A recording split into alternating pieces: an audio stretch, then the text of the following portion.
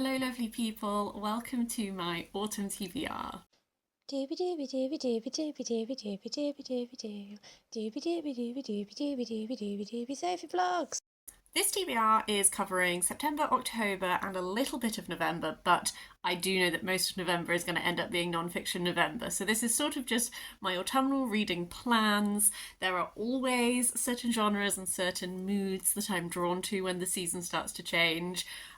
So I just thought I'd chat you through what I had in mind. I'm gonna start with my sort of spooky season reads. Most of these are gonna be ebooks, so I'll just whiz through those quickly. First up is Carpe Jugulum by Terry Pratchett. I have been reading through the Discord series in publication order, and this is actually the next one that I have lined up, and I've been saving it for sort of autumn season. This is a witches book, but it is there is a battle going on between witches and vampires. I don't know anything more than that, but I know that it has our usual cast of witches, and I'm really interested to see how Terry Pratchett handles vampires. I think it's always going to be done in like a really fun, interesting way, so I'm very excited for that one. Also have a werewolf book in mind, and that is Bored Gay Werewolf by Tony Santorello. This sounds really intriguing because it follows a guy who is a werewolf who is sort of struggling to keep up with life and like keep on top of everything, but also he keeps accidentally killing people, namely grinder dates who ghost him. So he's taken under the wing of this other werewolf who sort of wants to mentor him through this, and everything seems to be going well, until he realizes that maybe this mentor has a far worse and more nefarious plan for the world. I just was so taken. I saw this cover in a bookshop when it was just published, and I was just like, that is a book I have to read. So I'm really intrigued with that. I also have a witchy book lined up, which is Her Majesty's Royal Coven by Juno Dawson. I read Juno Dawson's non-fiction, so I'm excited to explore her writing fiction.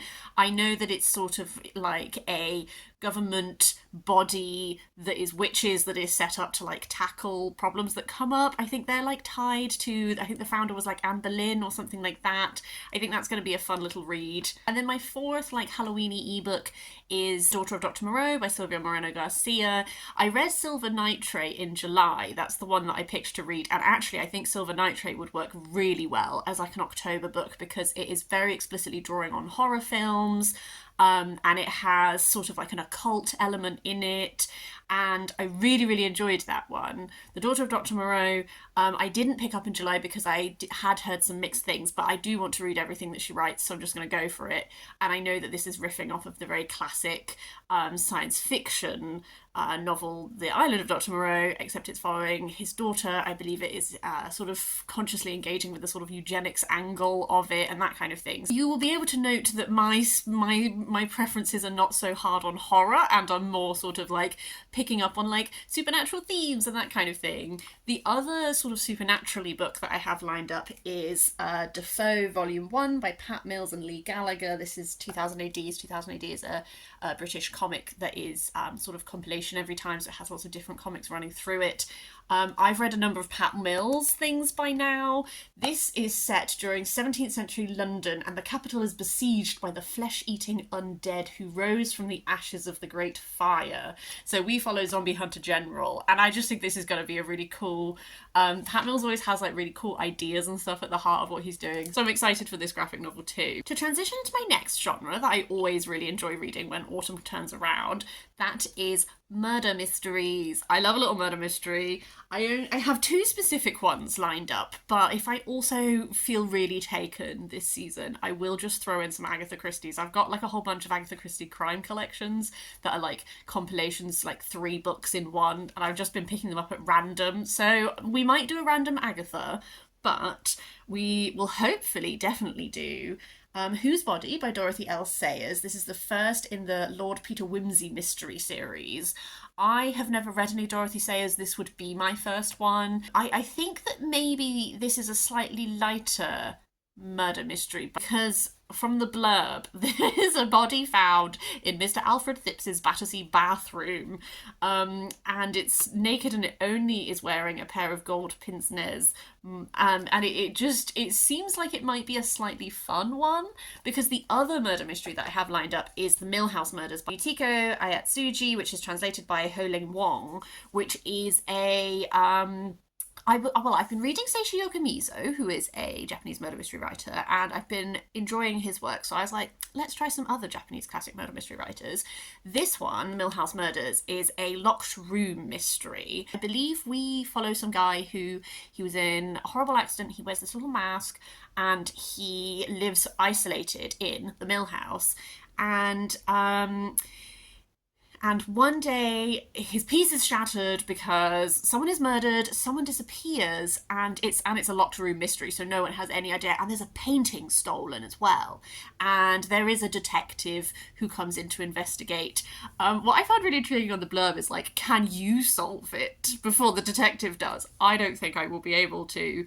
But I think that sounds like a slightly more like heightened emotion horror murder mystery, whereas I think this one might be slightly cozier on this side. I don't know, I'll find out. I've not read any Dorothy Elsayers, so this is a learning curve for me too. I always get cravings for fantasy in autumn as well. I read fantasy all year round, but particularly in autumn I like to sink into things. So I have a couple of fantasy books lined up. The first one is The Darkest Road by Gavriel K.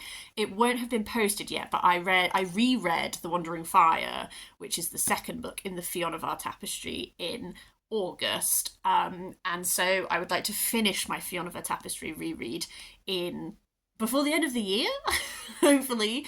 This is a very Lord of the Rings inspired fantasy series, and this is my first time. It's my first time rereading it, and it's also my first time rereading it since I have actually read Lord of the Rings, and I saw the influence in the second book so strongly. But we follow, at the very first book in this series, The Summer Tree, we follow 5 people from our world who are sort of taken to Fionavar, and it's very much the idea is that there are lots of different worlds, but Fionavar is sort of the central one, and when bad things happen in Fionavar, they ripple out across the tapestry, and there is this big bad who is arising. Our people have very different roles to play. There's it's very much got like fantasy races, and then there's like things they have to achieve, like all that kind of thing. I also like to read The Shadowed Sun by NK Jemisin because I read The Killing Moon in July, and it's a duology, so I'd also like to finish that series before the end of this year. This is a really interesting series where there's sort of like dream magic, like the fantasy world we're in, the societal structure. We were mainly set in this one place which believes in the dreamer and these gods and that kind of thing, and so there's these people who can harvest magic from dreaming, and that story was all about like corruption at the heart of this institution and all this kind of thing, like power and all of that. The first book, The Killing Moon, did feel like it could be like a standalone, like where it ended felt like a rounded story, and that's what almost makes me more intrigued to read The Shadowed Sun, is to see. I'm wondering if we're going forward in time. I'm wondering if we're in a different location. I don't know. It's because I haven't looked it up because I don't want to know until I'm reading it. But NK Jemisin is fabulous, and I'm really excited to sort of round off this duology. Then the third fantasy book I have lined up is The Kingdom of Back by Marie Lu.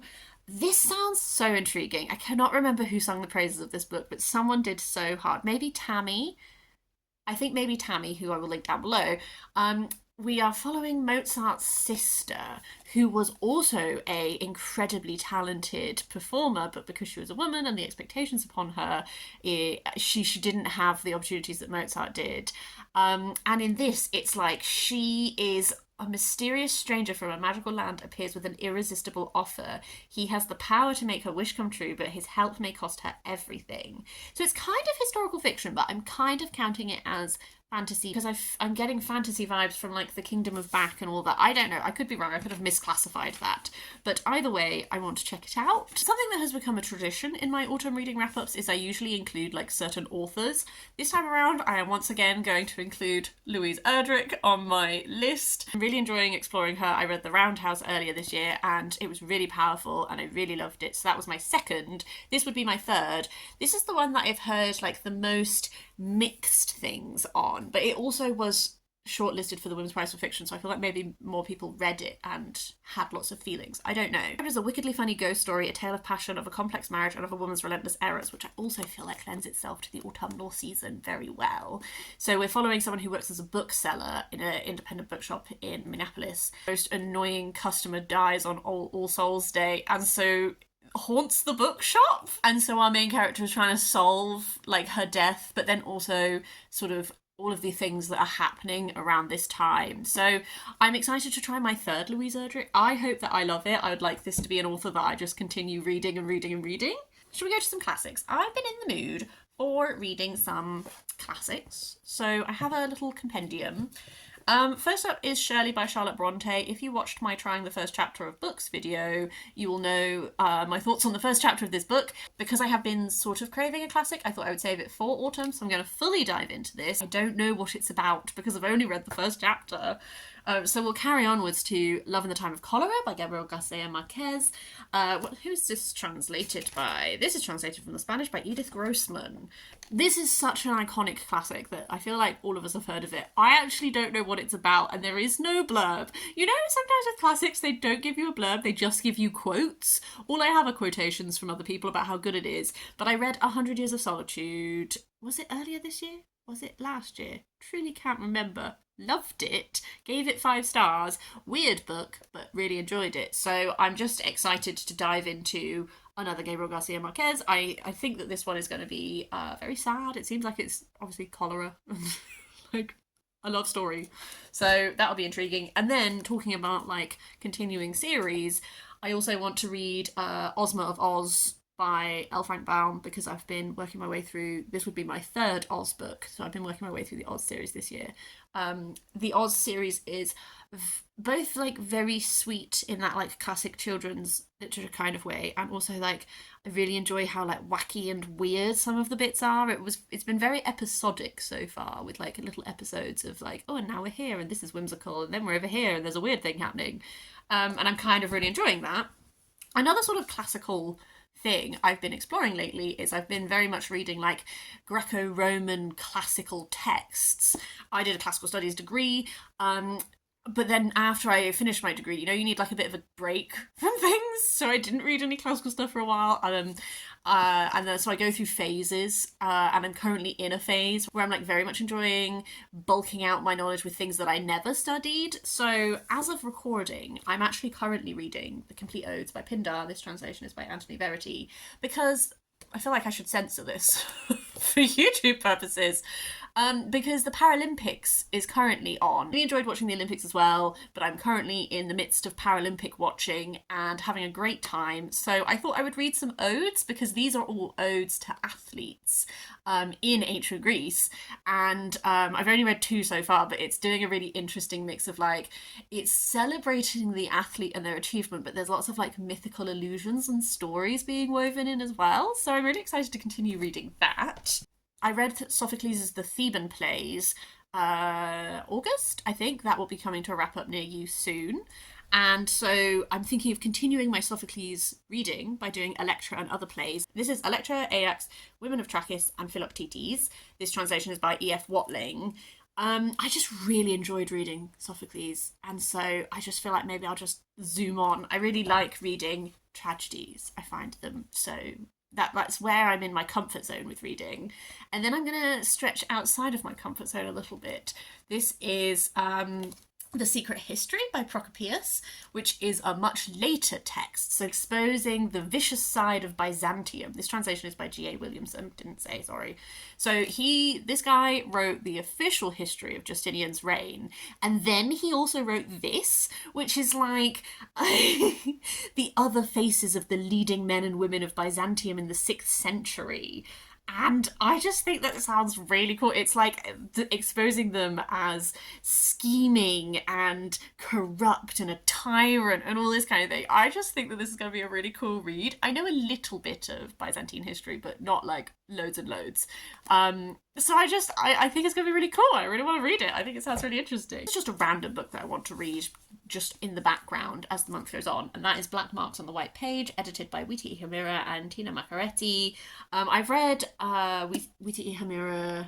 I've read 2 books by Witi Ihimura so far, and I've been really enjoying him. So as an editor, I'm really intrigued to see what type of writings are being pulled together. This is just a collection of oceanic stories. And the final little bit of this is just 3 non-fiction books that I want to read. I'm definitely going to end up reading more non-fiction than just these, but these are the 3 that are very much tapping into my current mood. First up is Rival Queens, The Betrayal of Mary Queen of Scots by Kate Williams. I often put historical fiction onto my autumn TBRs, and sort of instead of doing historical fiction, I'm kind of going to be doing some historical non-fiction. I feel like sinking into some non-fiction history. I am also actually currently, I'm filming this at the very start of September. I am currently reading a non-fiction that's all about Oswald of Northumbria. So that might be why, it's because I'm already in like a chunky little historical non-fiction thing. What most intrigues me about the blurb of this is the bit where she says, Mary is often seen as a defeated or tragic sovereign, but Rival Queens reveals instead how she attempted to reinvent queenship and the monarchy in one of the hardest fights in royal history. That sort of reapproaching this person in a way that I haven't read many approaches like that. I'm really intrigued for that. So I feel like that's going to be really fun. I also really want to read Persians, The Age of the Great Kings by Lloyd Llewellyn Jones.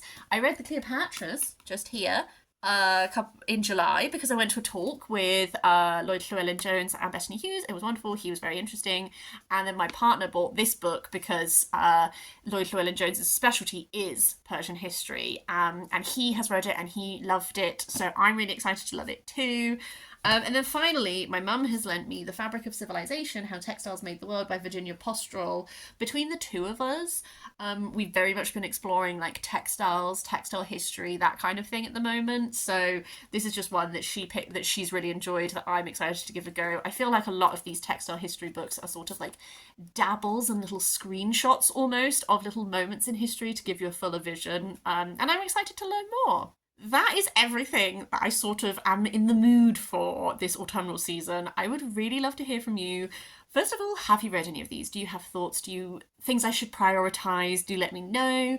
I always ask this, and I know I do, but what are your autumnal reading moods? What are you drawn to? What do you find yourself returning to? I feel like autumn, for a lot of people, is a very evocative season. We have lots of ideas about it, but I don't know if this is just getting older or if this is legit.